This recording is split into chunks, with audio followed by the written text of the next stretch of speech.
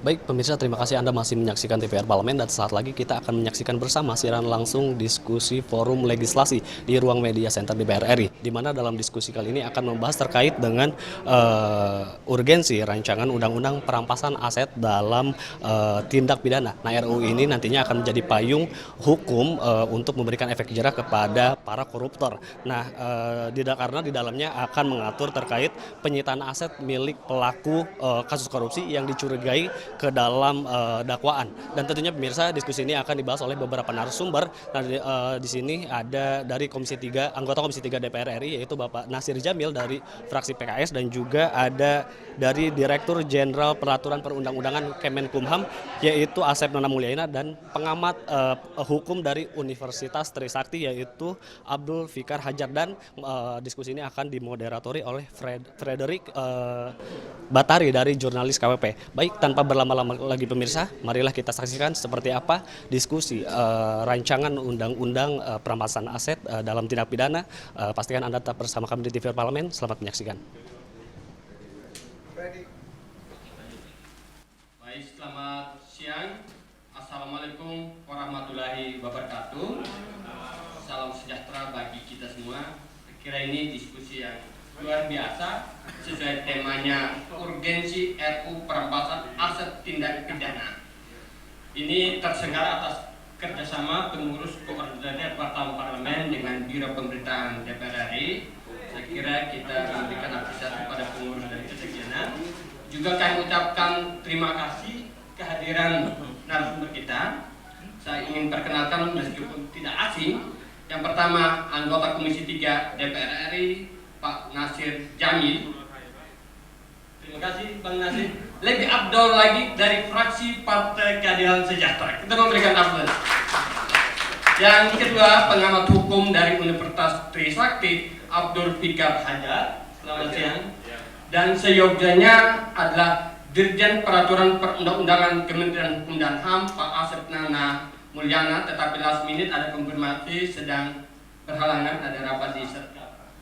Saya kira tidak mengurangi kualitas diskusi kita dari narasumber yang hadir. Saya sebelum persilakan pada nanti Pak Nasir, bahwa RUU ini sebenarnya sudah cukup lama. Saya membaca naskah akademik sudah mulai tahun 2012, lalu kemudian mengerucut masuk di Prolegnas 2022, dan tahun ini masuk juga Prolegnas 2023. Saya kira untuk wartawan juga pada tanggal 20 September 2022 telah menggelar diskusi yang sama.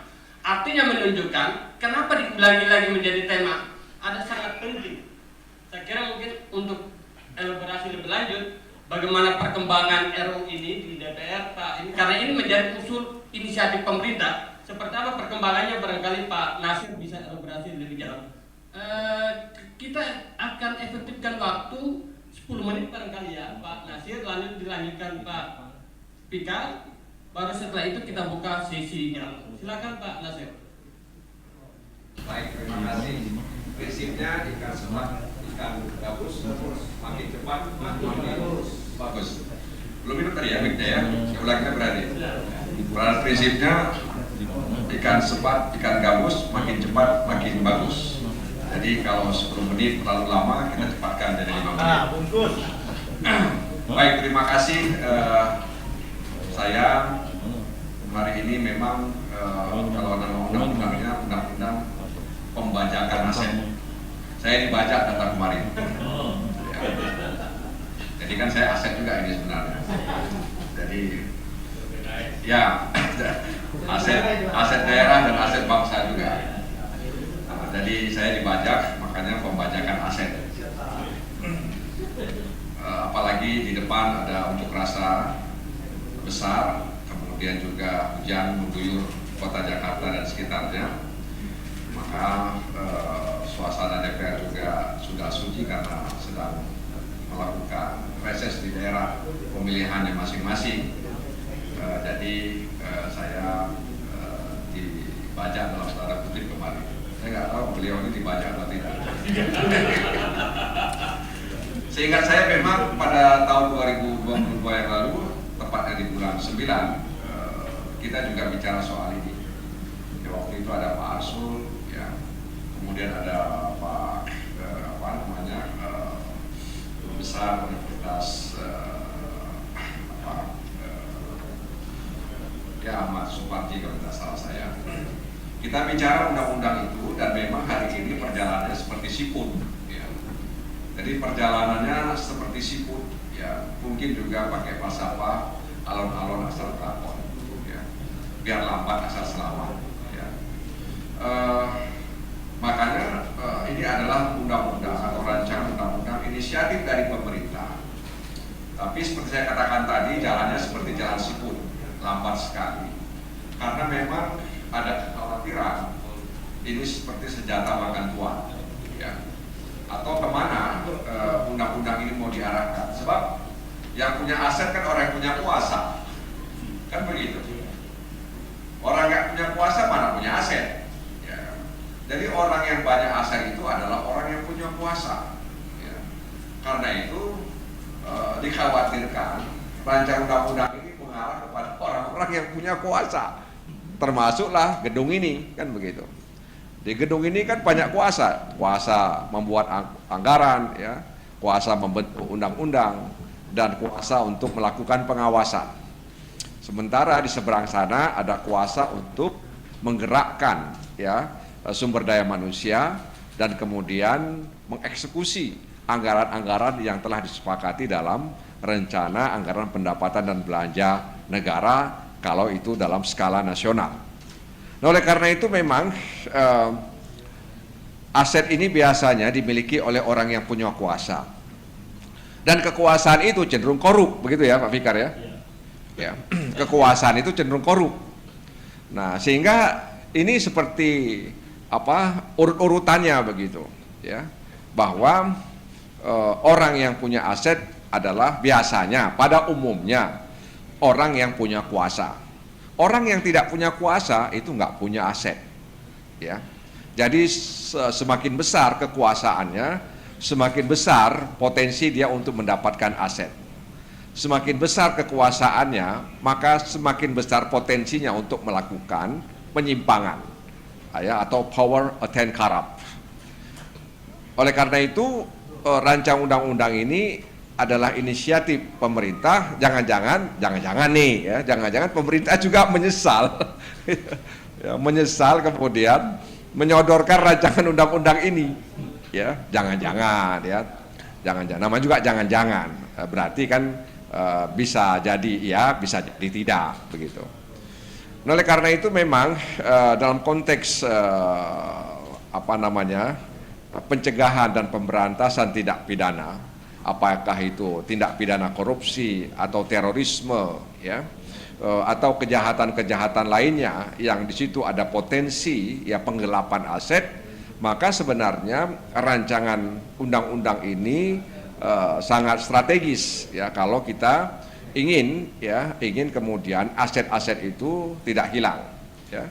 Dan kita tahu hari ini bahwa institusi penegak hukum berlomba-lomba untuk menyelamatkan aset negara, ya, dan itu bisa menjadi penerimaan negara bukan pajak, ya.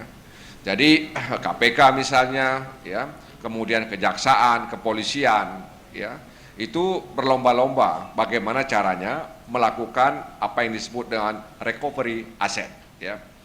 Dan bahkan ada tim waktu itu, seingat saya, di kejaksaan untuk melacak, ya, bukan hanya melacak para buron, ya, yang masuk daftar pencarian orang, ya, dalam kasus-kasus tindak pidana korupsi, tapi juga melacak aset-aset, ya, para buron, ya, tipikor tersebut, ya. Mereka bisa jalan kemana-mana itu, ya, untuk melacak aset-aset yang dimiliki oleh para buron yang masuk dalam daftar pencarian orang dalam kasus tindak pidana korupsi misalnya.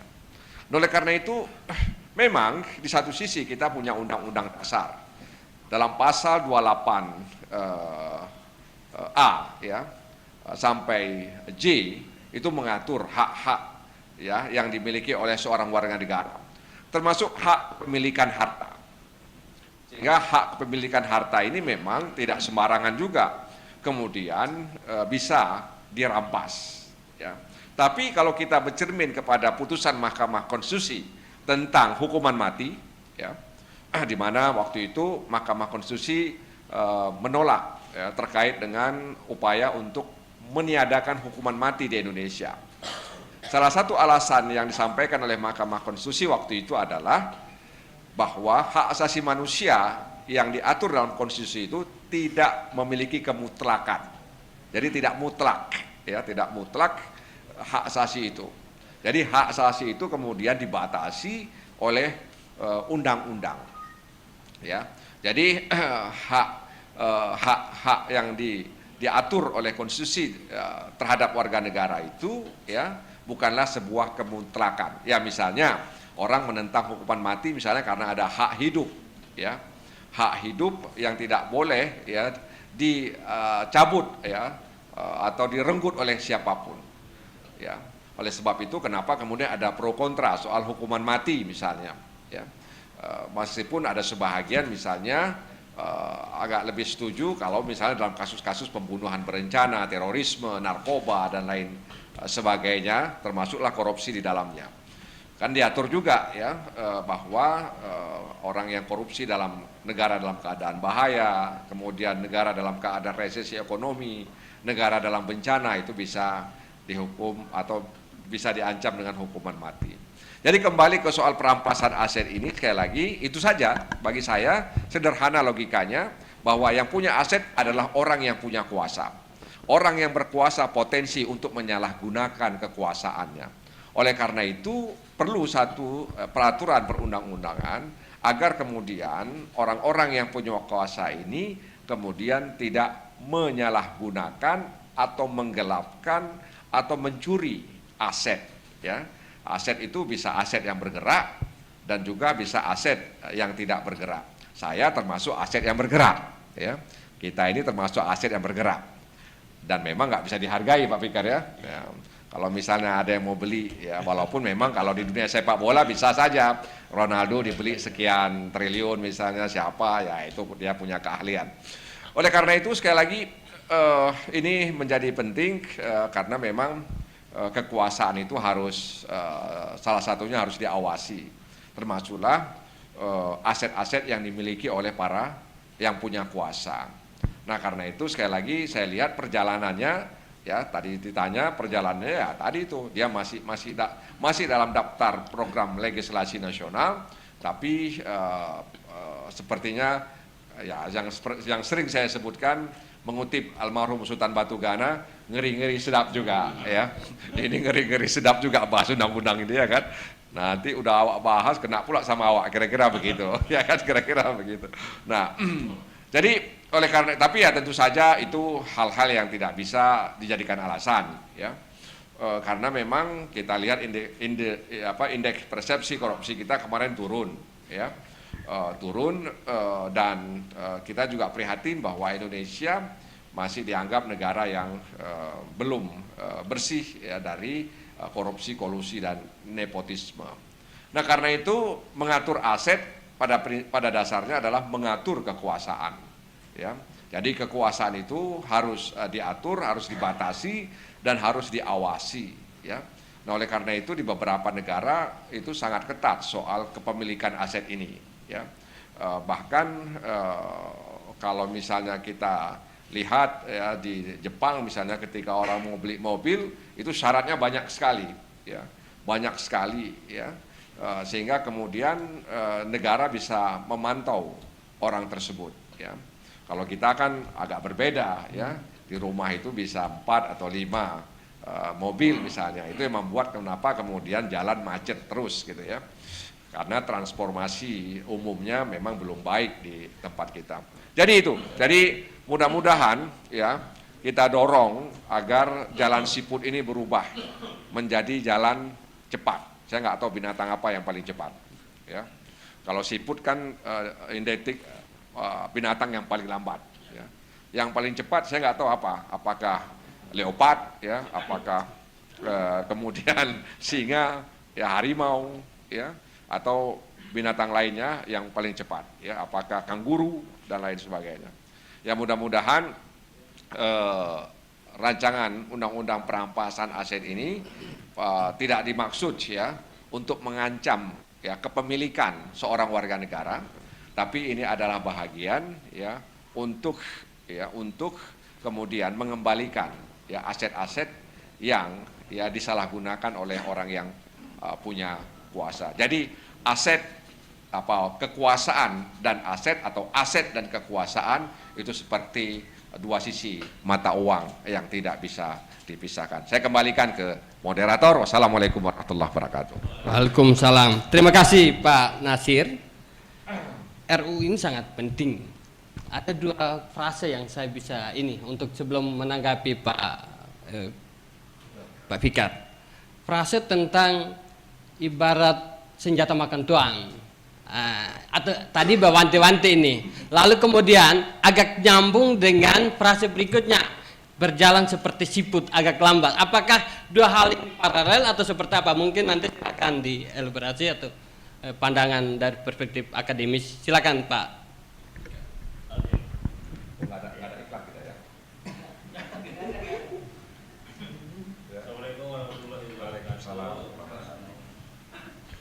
Selamat siang. Ya, judul diskusi ini perampasan aset. Ya, melihat terminologinya,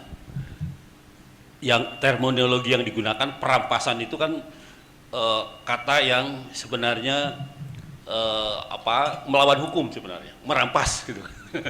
Ya kan? Tapi saya kira tidak dimaksudkan untuk itu, karena pada kenyataannya dalam penegakan hukum existing itu sekarang pun ada sebenarnya ya, ada institusi atau lembaga untuk perampasan aset ini, yaitu lembaga penyitaan ya, lembaga penyitaan dan pelelangan gitu ya, melelang hasil sita gitu. Itu ada ya, cuma yang memiliki penegak hukum. Dalam hal ini adalah kejaksaan, KPK dan pengadilan. Nah, yang paling absah sebenarnya pengadilan, karena pengadilan bisa langsung menjual, bisa langsung melelang gitu, menyita dan melelang. Tapi kejaksaan dan KPK itu hanya menyita, karena kalau belum ada putusan yang mempunyai kekuatan hukum tetap juga tidak bisa, karena relasi kepemilikan dengan orang yang disangka melakukan tindak pidana pun belum bisa diputus gitu, sebelum ada putusan pengadilan, meskipun meskipun statusnya itu disita gitu. Penyitaan tidak membuat halal mengalihkan barang itu kepada kepemilikannya gitu ya. Sita itu sementara tidak bisa dipindah tangankan gitu, itu pengertian sita itu. Nah, jadi sebenarnya harus dulu diperjelas apa sebenarnya yang kita maksud dengan apa tadi Pak? Perampasan aset. Kok lupa? Jadi apa yang dimaksud dengan perampasan aset gitu? Karena perampasan aset secara yuridis itu dimiliki kewenangannya oleh pengadilan ya, menyita, melelang ya, terutama hasil kejahatan gitu. Tapi saya kira pasti ya, kalau kita pakai terminologi perampasan aset itu pasti yang dimaksudkan adalah aset-aset hasil kejahatan, kan begitu ya, aset-aset hasil kejahatan, karena di situ ada upaya paksanya, perampasannya gitu. Nah, sekarang mau kita tempatkan di mana itu pengertian perampasan ya? Apakah dia menjadi lembaga sendiri ya, tanpa proses peradilan, umpamanya kejaksaan, KPK bisa menyita, bisa merampas aset gitu ya, kemudian aset itu menjadi milik negara umpamanya seperti itu. Nah, apakah itu yang dimaksudkan dengan nanti perampasan aset gitu? Karena selama ini aset yang disita ya dan dirampas oleh penegak hukum pada akhirnya harus melalui putusan pengadilan ya. Kan kalau secara biasa aset itu berpindah tangan kalau ada lembaga jual belinya, pinjam meminjam, terus apalagi pokoknya ada lembaga antaranya gitu ya, ada hubungan, ada peristiwa hukumnya. Nah, atau putusan pengadilan baru bisa disita atau bisa dilelang gitu. Nah, kemana ini arah pengertian merampas aset itu? Apakah kewenangan ini kemudian akan diberikan pada satu lembaga tertentu yang khusus akan didirikan umpamanya, ya seperti KPK khusus merampas aset negara umpamanya, lembaga perampas aset negara umpamanya gitu ya, atau lembaga apalah namanya gitu, atau mau ke arah sana gitu, ya itu artinya kita menciptakan sistem atau lembaga baru di dalam penegakan hukum, karena pada dasarnya di dalam penegakan hukum baik perdata maupun pidana ya, kalau perdata itu sepenuhnya menjadi kewenangan pengadilan, menyita melelang ya, memberikan hasilnya pada yang berhak, itu kewenangannya pengadilan. Tapi kalau di pidana itu penegak hukum kejaksaan, KPK, polisi itu bisa merampas aset tersangka atau terdakwa gitu ya, bisa merampas, tetapi tetap ketika akan dipindah tangankan harus juga melalui putusan pengadilan. Nah itu mekanisme yang biasa gitu. Nah dengan kita mengusulkan adanya undang-undang perampasan aset, apakah juga undang-undang ini akan melegalkan umpamanya begitu aset dirampas oleh negara, kemudian ada prosesnya ada prosesnya lagi, itu langsung menjadi milik negara tanpa harus ada proses peradilan. Nah itu juga masih jadi pertanyaan gitu ya, tapi itu pasti melanggar azas bahwa kita ini negara hukum gitu ya kan, karena peralihan kepemilikan itu pasti harus ada lembaganya gitu ya, apakah sewa menyewa, jual beli, pinjam meminjam, atau putusan pengadilan gitu. Jadi berpindahnya kepemilikan satu aset kepada dari satu pemilik kepada pemilik yang lain itu harus diperantarai oleh kelembagaan jual beli, pinjam meminjam, putusan pengadilan atau apapun namanya begitu. Itu yang harus kita juga pertanyakan ya. Kalaupun ada umpamanya RUU perampasan aset ya, di satu sisi kan kepentingannya begini, dijaga kepentingan hak-haknya masyarakat di satu sisi, di sisi lain kita juga memberikan kewenangan kepada negara untuk merampas aset masyarakat. Nah hanya tinggal nambahin aset yang mana kan gitu. Nah kalau asetnya adalah aset hasil tindak pidana, saya kira nggak ada masalah. Selama ini kejaksaan memang punya itu, hanya memang mungkin kejaksaan kurang aktif gitu ya, kurang aktif. Dia hanya menyita aset-aset yang memang jelas-jelas ada perkara korupsinya atau ada perkara pidananya. Karena itu menjadi dasar kewenangannya gitu. Ketika ada perkara dia bisa menyita, bukan merampas juga ya. Yang merampas, yang menentukan bisa dirampas atau tidak akhirnya pengadilan gitu. Nah, saya kira ide mengenai undang-undang perampasan aset, saya kira bisa mengawinkan kewenangan-kewenangan itu. Apakah umpamanya undang-undang bisa dipersamakan dengan putusan pengadilan nantinya ya, bunyi undang-undang di dalam perampasan aset itu sama dengan putusan pengadilan. Jadi tinggal mengeksekusi itu istilahnya, tinggal merampas gitu. Nah, persoalannya adalah tetap harus ada prosesnya. Ya, jadi tidak semua aset kan masyarakat atau bahkan kita sendiri kan punya hak asasi juga atas hak milik kita kan gitu. Dan harus diuji oleh negara. Nah, karena itu harus ada keseimbangan. Di satu sisi ada perlindungan terhadap aset masyarakat ya, termasuk masyarakat yang melakukan tindak pidana. Di sisi lain juga kita memberikan keleluasaan kepada negara untuk merampas asetnya, tetapi tetap harus ada dasarnya gitu ya. Kalau selama ini dasarnya adalah putusan pengadilan ya, mungkin nanti teman-teman anggota DPR akan berpikir apa kira-kira dasar yang bisa diletakkan yang setara dengan putusan pengadilan gitu. Kalau di dalam perkara perdata, hubungan antara orang ya, itu ada lembaga yang namanya parate eksekusi. Itu adalah perjanjian yang tidak harus pakai proses peradilan, perjanjian yang dibuat di notaris yang bisa langsung eksekusi, tidak harus ada proses pengadilan yang panjang gitu.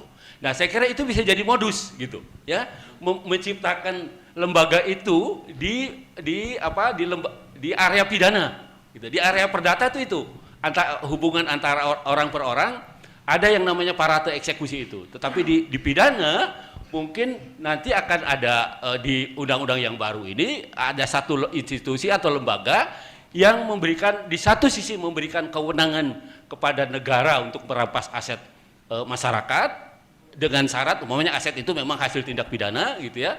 Di sisi lain juga undang-undang itu memberikan kewenangan kepada negara atau memberikan hak kepada negara itu menjadi tanpa proses peradilan itu menjadi haknya negara gitu. Nah itu yang saya kira problemnya di situ, karena kalau harus pakai putusan pengadilan, perampasan aset sampai sekarang ada namanya sita, ya sita menyita kemudian melelang. Itu kan merampas juga sebenarnya, tapi tetap harus ada dasar putusan pengadilannya kalau itu. Nah sekarang bagaimana menciptakan satu lembaga yang bisa merampas aset tanpa harus ada putusan pengadilan, tapi kuat secara hukum. Artinya ada dasar sosiologisnya, ada dasar yuridisnya juga, gitu. Umpamanya aset yang bisa disita adalah aset yang didapatkan dari kredit, umpamanya, iya kan? Sehingga bank yang menjadi korban kredit macet itu bisa menyita langsung, bisa pakai melalui lembaga perampasan aset bisa menyita langsung, karena memang diketahui itu miliknya bank, gitu. Nah, umpamanya bisa seperti itu, ya. Tapi bisa juga pakai modus-modus lain. Itu tergantung teman-teman di DPR nanti merumuskan kira-kira modus-modus apa yang bisa memberi kewenangan kepada negara untuk merampas aset dari masyarakat tanpa proses hukum yang panjang. Gitu. Sebenarnya intinya itu, gitu, ya. Intinya tanpa proses hukum yang panjang, tapi bisa langsung di aset. Tapi itu pun kalau kita letakkan pada sistem penegakan hukum kita, tetap tidak menutup kemungkinan orang yang dirampas asetnya mengajukan keberatan ke pengadilan. Ya, itu pasti tetap bisa jalan gitu. Nah, itu nggak apa-apa. Ya itu memang mekanisme sejak dulu gitu, mekanisme hukum perdata. Tetapi itu tadi, kalaupun harus ada lembaga baru, ya, yang disebut tadi lembaga perampasan aset itu, maka yang dasarnya sama dengan kekuatan putusan pengadilan, ya, maka juga harus diperhatikan hak-haknya orang yang dirampas. Umpamanya memberi definisi yang jelas terhadap status aset yang akan dirampas. Gitu. Umpamanya aset itu kalau sekarang pada contoh yang paling sederhana adalah kredit mobil, umpamanya, ya. Kredit mobil juga kan sebenarnya perampasan aset itu udah terjadi, Pak. Debt collector tuh udah ngambil mobil-mobil kredit itu udah tanpa harus pengadilan, ya sudah bisa merampas mobil-mobil itu. Ya terjadi di dalam masyarakat, terjadi sebenarnya. Cuma belum ada lembaga yang melegalkan gitu. Ya, dan itu bisa melawan hukum juga. Ya, yang merampas itu bisa ke polisi karena kepemilikan mobil itu kan sudah pindah sebenarnya. Sudah pindah pada debiturnya sudah pindah, namanya hanya belum lunas gitu. Yang belum lunas kan cara pembayarannya, tapi kepemilikannya kan sudah pindah. Nah, ketika ini dirampas itu jadi pidana gitu. Nah, terobosan mungkin akan dilakukan oleh undang-undang perampasan aset ini tanpa harus ada proses peradilan terhadap aset-aset tertentu, umpamanya nanti dikualifikasi oleh lebih teknis gitu, bisa dirampas oleh negara atau bisa dirampas oleh lembaga yang memberikan kredit dan sebagainya. Nah, saya kira ini pikiran baru, ya, untuk mempercepat ide baru lah dari DPR ini, ya, untuk mempercepat roda perputaran ekonomi supaya dua-duanya terlindungi gitu. Masyarakat di satu sisi terlindungi dalam berusaha, di sisi lain juga negara melalui lembaga-lembaga ekonominya juga bisa mempertahankan kehidupan kelembagaannya supaya tidak bangkrut gitu, ya. Umpamanya ada keseimbangan antara hak masyarakat dengan hak negara, dan undang-undang perampasan aset hendaknya mengakomodir dua kepentingan itu. Saya kira dari saya begitu. Makasih. Baik, terima kasih Pak Fikar. Kita masih punya waktu kurang lebih 15 menit. Silakan mengajukan pertanyaan. Ada banyak hal tadi yang perlu diperdalam. Silakan. Ya, oke, Pak Eko, Pak Daniel. Yang lain lagi boleh? Oh ya, oke. Silakan Pak Eko dulu. Terima kasih. Nama saya Eko dari Suara Investor. Mas Nasir dan Pak Fikar. Saya belum jelas benar nih soal undang-undang perampasan aset. Apakah undang-undang ditujukan kepada individu-individu? Apakah juga ditujukan kepada korporasi yang sudah dinyatakan tersangka? Gitu. Terus yang kedua, misalnya saya dan John nih Pak nih punya aset di Singapura. Apakah aset yang di sana bisa dirampas juga? Kan itu sulit sekali. Saya mohon penjelasannya. Makasih. Assalamualaikum warahmatullahi wabarakatuh. Baik, terima kasih. investor ke Singapura. Ya, silakan Pak Daniel.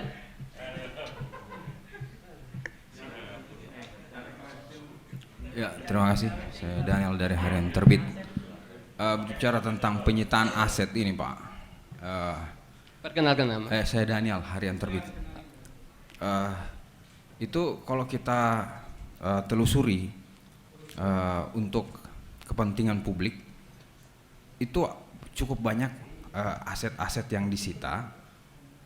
Itu tidak jelas, Pak, banyak pemberitaan tidak rinci, dan kita lihat di direktornya Mahkamah Agung juga tidak sampai ke pengadilan gitu ya.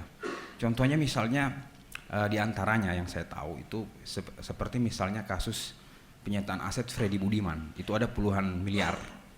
Nah, di situ kalau kita cek sampai ke beberapa informasi itu ngambang, bahkan tidak menerima, saling lempar gitu. Misalnya Freddy Budiman. Kemudian juga aset negara yang diusut oleh Kejaksaan Tinggi Jawa Timur itu ada triliunan, itu tidak selesai juga, Pak. Ditambah lagi yang triliunan sudah disita oleh Satgas BLBI. Itu katanya agak rancu dalam pemberitaan. Jadi berarti belum semua aset yang memang masih ada yang bersalah tetapi asetnya belum disita gitu ya. Nah, itu aja dulu, Pak. Kira-kira sepengetahuan Bapak-bapak di depan ini yang mungkin lebih banyak datanya daripada saya, mungkin bisa dijawab. Terima kasih. Terima kasih Pak Daniel, silakan. Saya Erik, lintaslampung.com. Saya ingin menanyakan dua pertanyaan. Pertama adalah, apakah nanti RUU ini akan menimbulkan masalah hukum baru? Kemudian yang kedua adalah kasus yang hangat sekarang ini, Rafael. Terkait dengan kasus Rafael ini, apakah masuk ke penyitaan atau perampasan nantinya, seperti kasus-kasus Rafael seperti ini? Dan itu mungkin banyak yang terjadi di petinggi-petinggi kita di Republik ini. Saya kira itu saja. Assalamualaikum warahmatullahi wabarakatuh. Baik, terima kasih. Saya tidak mengulangi lagi pertanyaan, bisa langsung direspon. Ditujukan individu atau korporat? Silakan Pak. Jadi memang kita bisa pahami kalau kemudian rancangan undang-undang ini jalannya seperti siput. Ya. Pertama, dikhawatirkan akan muncul permasalahan baru kalau kemudian undang-undang ini dibahas dan kemudian disahkan. Tadi apa yang disampaikan oleh Pak Fikar tadi itu memang satu hal yang patut untuk dicermati oleh pembentuk undang-undang. Ya. Saya juga mau bilang tadi, tapi sudah duluan beliau bilang soal debt collector. Nah, itu adalah contoh perampasan aset. Meskipun tadi soal kepemilikan sudah berpindah, hanya tinggal soal teknis pembayaran. Tapi di satu sisi memang debt collector itu adalah contoh nyata para perampas aset. Nah, kalau merampas itu kan harus kasar dikit ya. Harus nakut-nakuti ya, wajah agak seram dikit, badan tegap kira-kira begitu ya. Kalau badan-badan kurus begitu ya, mukanya culun gitu ya. Nggak mungkin dia bisa merampas, nggak mungkin dia bisa jadi debt collector ya. Nah, karena itu dipilihlah orang-orang yang agak sangar-sangar dikit ya kan. Ya. Makanya kalau orang-orang sangar itu kalau minum sanger dia aja udah aman dia ya. Ada kopi sanger namanya. Oleh karena itu saya katakan bahwa selama ini memang ada upaya penegakan hukum melalui TPPU misalnya. Ya. TPPU itu kan menggelapkan aset, ya. Dia mencuci dalam konteks menggelapkan asetnya. Jadi hasil kejahatan dia gelapkan dan kemudian diistilahkan dengan pencucian uang. Ya. Dia gelapkan dalam bentuk aset-aset lainnya, ya. Sehingga kemudian diharapkan tidak ada jejak hasil kejahatan yang dia dapatkan, ya, dengan aset yang dia miliki. Oleh karena itu TPPU hadir untuk mencari itu, ya. Dan biasanya TPPU itu harus ada tindak pidana utamanya dulu, ya. Jadi tindak pidana utamanya itu kemudian diatur juga ada beberapa tindak pidana utama yang menjadi alasan untuk kemudian masuk ke dalam wilayah tindak pidana pencucian uang, ya. Itu juga sebenarnya bahagian dari cara untuk merampas aset dan itu sudah dilakukan oleh Komisi Pemberantasan Korupsi dan juga oleh Kejaksaan Agung Republik Indonesia. Ya. Lalu ada juga pembuktian terbalik, ya, di mana terdakwa itu ya disuruh untuk menjelaskan bahwa apa yang dia miliki itu tidak ya merupakan hasil dari kejahatan. Kan begitu. Dia berusaha untuk menegasikan apa yang disampaikan oleh penuntut, ya, penuntut umum bahwa aset-aset yang dia miliki itu adalah bahagian dari kejahatan. Kemudian hari ini muncul lagi istilah perampasan aset, ya. Nah, oleh karena itu yang saya katakan tadi, ya di satu sisi kita bisa mengerti kenapa jalannya seperti jalannya siput, ya. Karena dikhawatirkan tadi itu, ya. Tapi di sisi lain seperti saya katakan tadi bahwa yang punya kuasa itu bisa individual dan bisa juga dia kolektif, ya. Jadi bisa saja kolektif ini ya mereka berhimpun dalam satu korporasi, ya, berhimpun dalam satu korporasi dan soal korporasi ini juga sudah ada, ya, sudah ada satu aturan dari Mahkamah Agung, ya, terkait dengan kejahatan korporasi dan selama ini memang lebih kepada soal lingkungan, ya, korporasi-korporasi yang membakar hutan, membala hutan dan lain sebagainya. Sehingga korporasinya juga itu dikenai. Di Undang-Undang KUHP baru juga diatur soal korporasi yang ikut ya melakukan kejahatan, terutama kejahatan pengerusakan lingkungan. Ya. Nah, oleh karena itu dalam pandangan saya bisa saja kemudian ini diarahkan untuk individual, ya, untuk pribadi dan juga kolektif, ya. Karena apalagi kalau dia kemudian bersama-sama, ya, bersama-sama melakukan kejahatan, ya. Jadi seperti saya katakan, kita juga masih meraba-raba soal ini, ya. Kita masih meraba-raba sebab seperti apa sebenarnya perampasan aset, ya. Tapi yang saya yakini bahwa orang yang punya aset itu adalah orang yang punya kuasa, itu yang saya yakini, ya. Nah, oleh karena itu bagaimana kemudian mekanisme instrumen hukum perampasan aset ini diterapkan? Apakah tadi kata Pak Fikar harus ada satu misalnya lembaga, ya, yang melakukan perampasan ini gitu loh. Nah, biasanya eksekusi itu kan pengadilan, ya, dibantu oleh aparat kepolisian, ya, mengeksekusi aset-aset terpidana, ya. Nah, ini kan dilakukan oleh institusi penegak hukum. Jadi karena belum jelasnya, ya, arah dan model perampasan aset ini sehingga ya rancangan undang-undang ini masih tertatih-tatih jalannya, ya. Karena begini, kadang-kadang kan kita suka latah, ya. Ketika ada isu lalu kemudian kita buat, ya. Ketika didorong-dorong kemudian kita buat. Setelah itu udah selesai, ya. Ya, jadi misalnya kita kan sering misalnya ketika ada kejadian baru respon, kan begitu, ya. Ya, ketika misalnya di Direktorat Jenderal Pajak banyak pegawainya pakai motor gede, ya. Kemudian ada klubnya, lalu kemudian Sri Mulyani bilang bubarkan, ya kan. Nah, pertanyaannya selama ini apa Bu Sri nggak tahu apa? Kan kira-kira begitu. Mungkin kalau nggak ada kejadian itu nggak dibubarkan, kira-kira begitu kan. Kita kan suka latah, ya, suka latah. Ketika ada itu laku kemudian dibubarkan, ya. Nah, padahal mereka nggak ada kaitannya mungkin, ya. Tapi ya begitulah, ya, di negeri ini. Jadi bisa jadi rancangan undang-undang perampasan aset mungkin karena ya dalam pertemuan-pertemuan internasional barangkali, ya, Indonesia didesak, ayo kalian buat dong, ya, RUU perampasan aset dan sebagainya. Ya diterima, kemudian cara mengeksekusinya yang hari ini masih dipikirkan agar tidak menimbulkan masalah baru. Jadi memang ini sesuatu yang belum jelas seperti apa modelnya, arahnya, ya. Oleh karena itu memang perlu dielaborasi, ya, perlu didiskusikan, ya, sehingga kemudian hak-hak kepemilikan meskipun bukan sebuah kemutlakan sebagaimana diatur dalam konstitusi itu kemudian tidak, ya, diganggu, ya, oleh pembuat kebijakan, ya. Pada dasarnya hak kepemilikan ini, ya adalah hak, ya, yang kemudian oleh negara harus dilindungi, ya.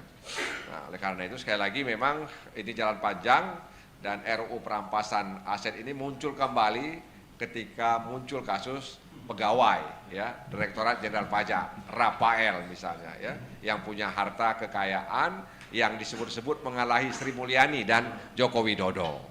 Tapi jumlahnya beda-beda tipis saja ya. Beda-beda tipis ya. Antara Pak Jokowi dengan Rafael beda tipis saja, dengan Sri Mulyani juga beda-beda tipis ya.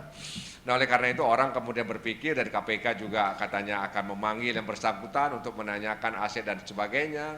Lalu ada komentar juga bahwa ada transaksi-transaksi yang diduga mencurigakan dari apa yang ditemukan dalam transaksi keuangan milik Rafael. Jadi memang kasus Rafael dan anaknya itu kemudian mengingatkan orang terkait dengan undang-undang, ya, rancangan undang-undang perampasan aset tadi itu. Jadi memang secara kasar atau secara kasat mata, secara sekilas, ya, seolah-olah kalau namanya perampasan aset ya dirampas. Tapi kan ini negara hukum, ya. Kita kan negara hukum, merampasnya juga dengan cara hukum, ya, bukan dengan cara-cara di luar hukum gitu. Nah, selama ini kan sudah dilakukan juga mekanisme perampasan aset atau penyitaan aset lewat mekanisme penegakan hukum. Nah, oleh karena itu saya bisa pahami di satu sisi, ya, kenapa jalannya seperti jalannya siput, ya, karena kita sepertinya juga kebingungan, ya, mau diapakan, ya, rancangan undang-undang perampasan aset tadi. Ya, paling tidak makin lama rancangan undang-undang ini dibahas, maka para yang punya kuasa sedikit lebih tenang, kira-kira begitu. Ya, mereka sedikit lebih tenang, ya, karena mereka juga khawatir juga ini undang-undang ini mau kemana diarahkan, kira-kira begitu. Nah, mudah-mudahan saja ya ada kejelasan dan mencerminkan bahwa negara kita adalah negara hukum. Kalaupun merampas aset dari sebuah kejahatan, maka itu dilakukan melalui proses penegakan hukum, ya, bukan main rampok-rampok saja, kira-kira begitu. Dan itu bagi saya menjadi catatan penting. Nah, karena itu kita dorong pemerintah untuk lebih melakukan diseminasi terkait dengan rancangan undang-undang ini, ya, sehingga kemudian rancangan undang-undang ini tidak menimbulkan ya masalah baru dalam penegakan hukum di Indonesia, apalagi kalau nanti dikaitkan dengan ya KUHP yang baru saja disahkan dan rencana perubahan hukum acara pidana kita dan juga hukum perdata kita. Demikian, saya kembalikan ke moderator.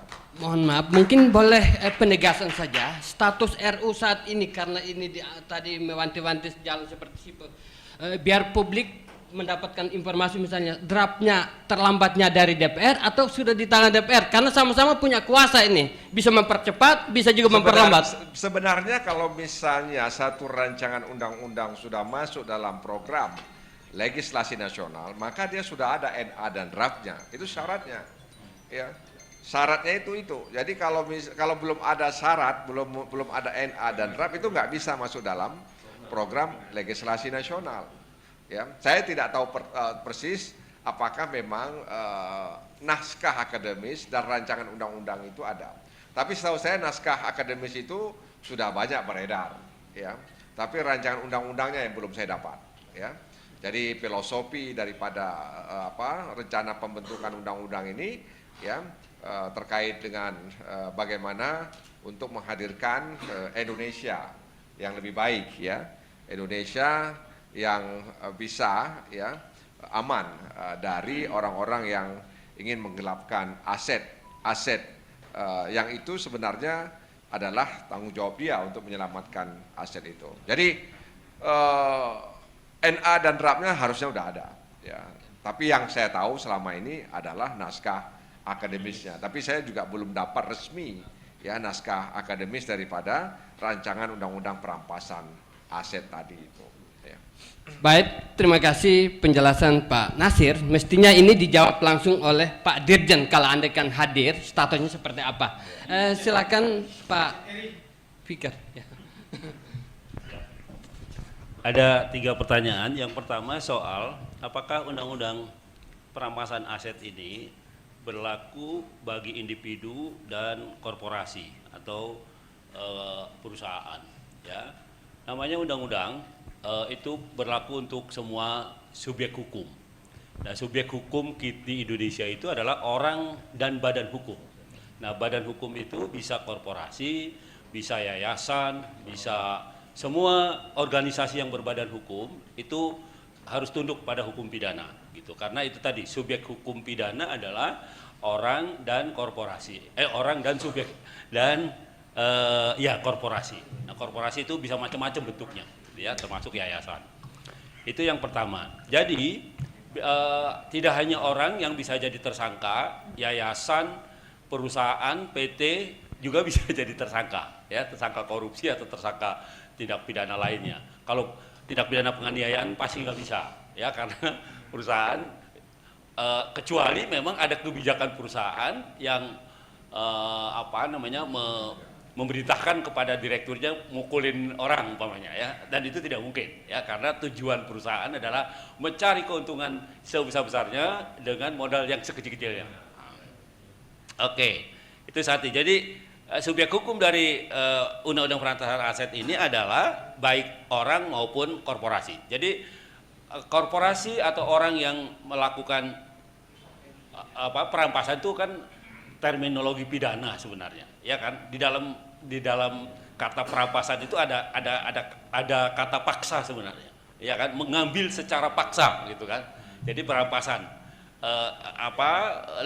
lebih halusnya sita, menyita, ya, tapi lebih bahasa sehari-harinya jadi rampas gitu, perampasan. Tapi sebenarnya menyita, ya. Dalam bahasa hukum itu sebenarnya menyita, ya, mengambil dengan dasar putusan pengadilan atau dengan dasar proses hukum yang sedang berjalan, penyidikan atau penuntutan umpamanya seperti itu. Nah, jadi subjek hukumnya bisa harta individu, bisa juga harta korporasi. Korporasi di dalamnya termasuk yayasan, termasuk perusahaan dan sebagainya. Itu satu. Yang kedua, bagaimana dengan harta yang di Singapura? Nah, itu kan tadi ada pertanyaan begitu. Ya, Singapura itu jadi harta itu tunduk pada tempat di mana dia berada, ya. Hukumnya itu harta itu tunduk pada tempat di mana dia berada gitu. Jadi kalaupun umpamanya ada orang Indonesia punya aset di Singapura, mungkin di Singapura ada peraturan juga yang membatasi kepemilikan aset. Ada juga, ya. Jadi boleh kita punya di sana, modusnya kan bisa dua, bisa nama sendiri, bisa nama saudara yang ada di Singapura atau teman yang ada di Singapura, kan bisa banyak sebenarnya, ya, modusnya. Nah, tetapi itu tidak terjangkau oleh hukum Indonesia karena sudah di luar wilayah hukum berlakunya hukum Indonesia. Jadi yang di Singapura ya tunduk kepada hukum Singapura. Ya, setahu saya Singapura itu membebaskan orang untuk kaya. Maksud saya sepanjang tidak dilakukan dengan kejahatan yang melawan hukum, tidak ada pembatasan di Singapura. Ya. Jadi kalau mau kaya hiduplah di Singapura. Singapura. Ya. Makanya banyak orang Indonesia yang punya harta di sana, Pak. Kalau diteliti katanya ya hampir 70% itu milik orang Indonesia. Aset di Singapura itu. Ya. Kalau Aceh dekat, balik. Oke. Terus yang kedua, perampasan aset. Apa tadi Pak pertanyaan yang kedua itu? Status aset yang sudah disita itu perkembangannya seperti apa? Oke. Pengertian penyitaan itu adalah bukan memiliki, ya, hanya membatasi pindah tangan, hanya membatasi transaksi sebenarnya. Jadi kepemilikan itu tetap pada orang yang pemilik aset itu, tetapi dengan adanya kasus pidana atau kasus perdata disita, dia tidak bisa dipindah tangankan, tidak bisa dijual belikan, tidak bisa ditransaksikan menjadi jaminan kredit dan seterusnya. Pokoknya tidak bisa dimanfaatkan. Ketika aset sudah ada dalam penguasaan proses hukum di penyitaan, maka aset itu berhenti. Ininya manfaatnya berhenti gitu. Dia tetap milik orang yang memiliki, tetapi tidak bisa lagi ditransaksikan. Itu pengertian penyitaan, ya. Nah, kemudian Ada tadi menyebut Freddy Budiman ya, ya, iya aset.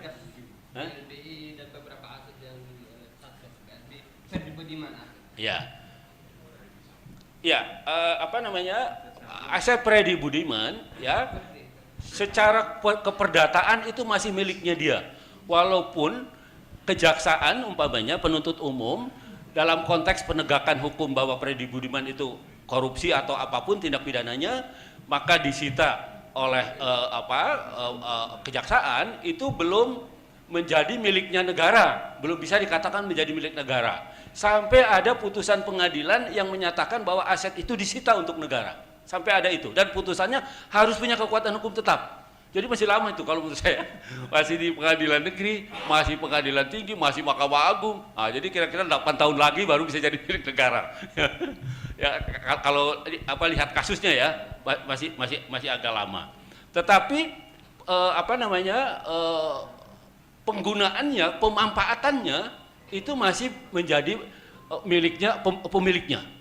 Ya, hanya dia tidak bisa memindah tangankan. Sita itu artinya sita itu membuat sebuah barang milik orang lain tidak bisa dipindah tangankan, gitu. Karena dia dalam konteks dia barang sitaan. Tetapi memanfaatkan hasilnya itu masih boleh sebenarnya, karena masih ada pola relasi, kecuali itu hasil kejahatan ya, pasti diberhentikan. Artinya dengan menggunakan aset itu kejahatannya terus berlangsung, itu pasti oleh oleh penegak hukum, kejaksaan atau polisi itu pasti dihentikan ya. Tetapi kalau aset itu disita bukan dalam konteks kejahatannya, itu masih bisa diusahakan. Rumah kita disita umpamanya, masih bisa untuk disewakan, masih bisa untuk tempat tinggal dan sebagainya gitu. Tetapi dipindah tangankan, kepemilikannya tidak bisa, karena yang menjadi jaminan pembayaran hutang atau yang menjadi jaminan tindakan hukum kita adalah kepemilikannya itu.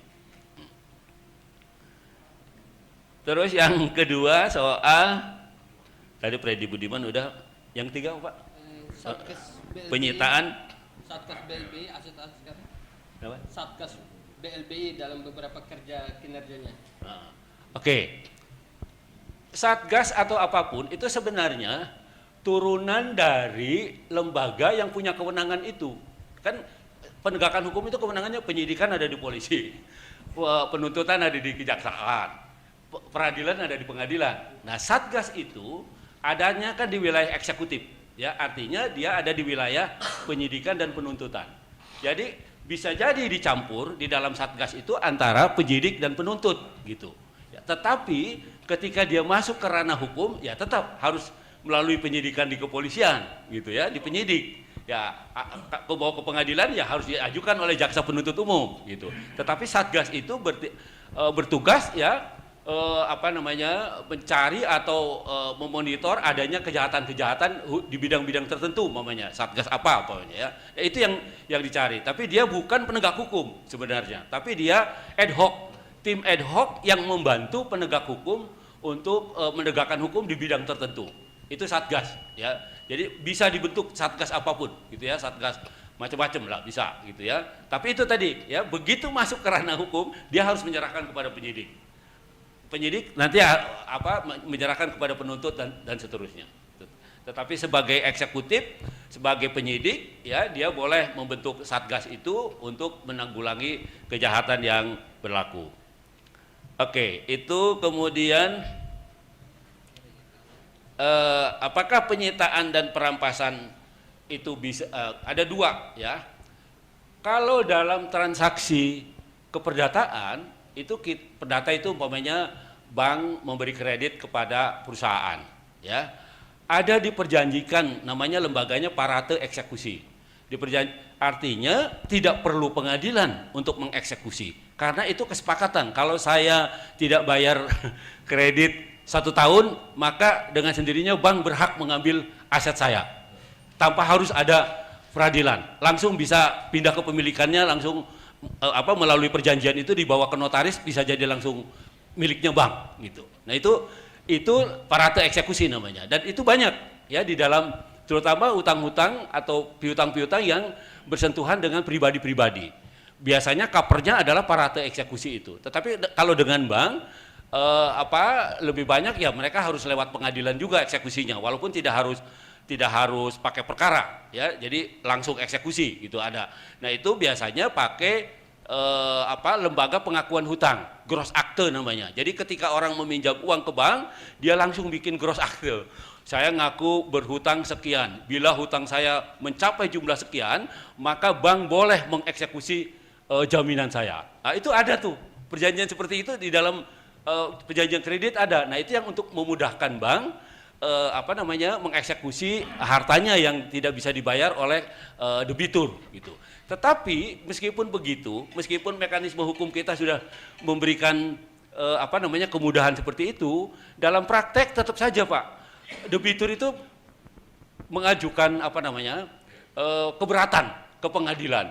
Akhirnya tidak jalan juga eksekusi ya, karena ada perkara bantahan namanya ya, ada perkara jalan lagi. Nah itulah sulitnya sistem hukum kita itu begitu gitu ya. Jadi yang sudah mestinya matang mentah lagi dibawa ke pengadilan ya, dari nol lagi, berdebat lagi tentang berapa hutangnya, kemudian eksekusi itu apakah sesuai dengan yang diperjanjikan dan sebagainya. Mestinya kalau menurut saya harus ada ketegasan dari pengadilan ketika ada perjanjian parate eksekusi itu harus strict itu dilaksanakan, dieksekusi.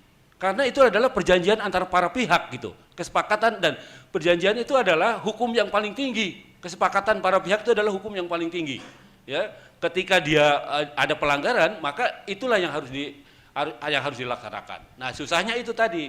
Ketika dibawa ke pengadilan, digugat, pengadilan tidak berani mengeksekusi. Oh, ada gugatan katanya, ada bantahan. Nah, kasihan kan pemilik modal atau kreditur gitu. Mestinya uangnya bisa jalan, tapi harus berperkara di pengadilan. Tambah lagi ongkos dan sebagainya. Nah, itu salah satu handicap atau halangan-halangan yang ditemui dalam bisnis keuangan. Kemudian udah ya, habis ya Pak? Oke, jawab aja itu. Baik, terima kasih luar biasa penjelasan dari dua narasumber kita. Sayang waktu sudah habis, kita akhiri dialog kita dan kita akan berjumpa lagi dalam dialog forum legislasi pekan depan kerjasama Koordinator Wartawan Parlemen dengan Biro Pemberitaan DPR dan TV Parlemen dan rekan-rekan wartawan semuanya. Saya ucapkan terima kasih pada Pak Nasir, Pak Fikar dan saya Freddy Batari. Assalamualaikum warahmatullahi wabarakatuh.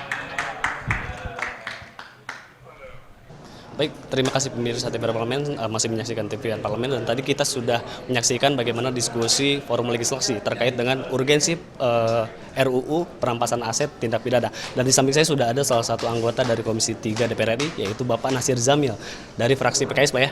Nah, baik Pak, tadi kita sudah mendengarkan diskusi. Nah, tadi ini kan kita langsung aja bertanya. Ini RUU ini kan sudah sejak lama ya Pak, dari tahun 2008. Nah, tadi juga Bapak mengatakan bahwa perjalanannya RUU itu sangat lambat seperti siput. Nah, kemudian apa sih Pak yang menjadi faktor lambatnya pembahasan RUU ini? Iya, bisa jadi faktor keterlambatan itu soal kekhawatiran ada komplikasi hukum dalam penerapannya.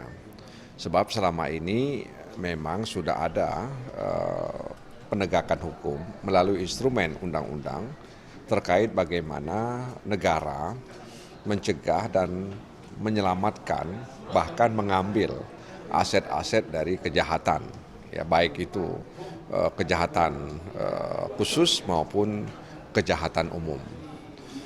Kekhawatiran ini tentu bisa dipahami ya, karena jangan sampai kemudian peranata hukum berupa perampasan aset ini itu nanti tidak sejalan dengan katakanlah undang-undang TPPU ya, kemudian juga norma yang mengatur tentang pembuktian terbalik tersebut. Nah, tapi saya berharap agar pemerintah bisa segera ya membahasnya bersama DPR agar kemudian ada titik terang ya, ada titik terang seperti apa sebenarnya kita menginginkan seperti apa sebenarnya arah dari rancangan undang-undang ini. Jadi jangan sampai kemudian ada kebingungan di tengah publik terkait dengan nasib rancangan undang-undang perampasan aset ini. Jadi kita mendorong pemerintah dan juga DPR untuk segera membahas bagaimana nanti perjalanannya, ya itu kan bisa kita lihat.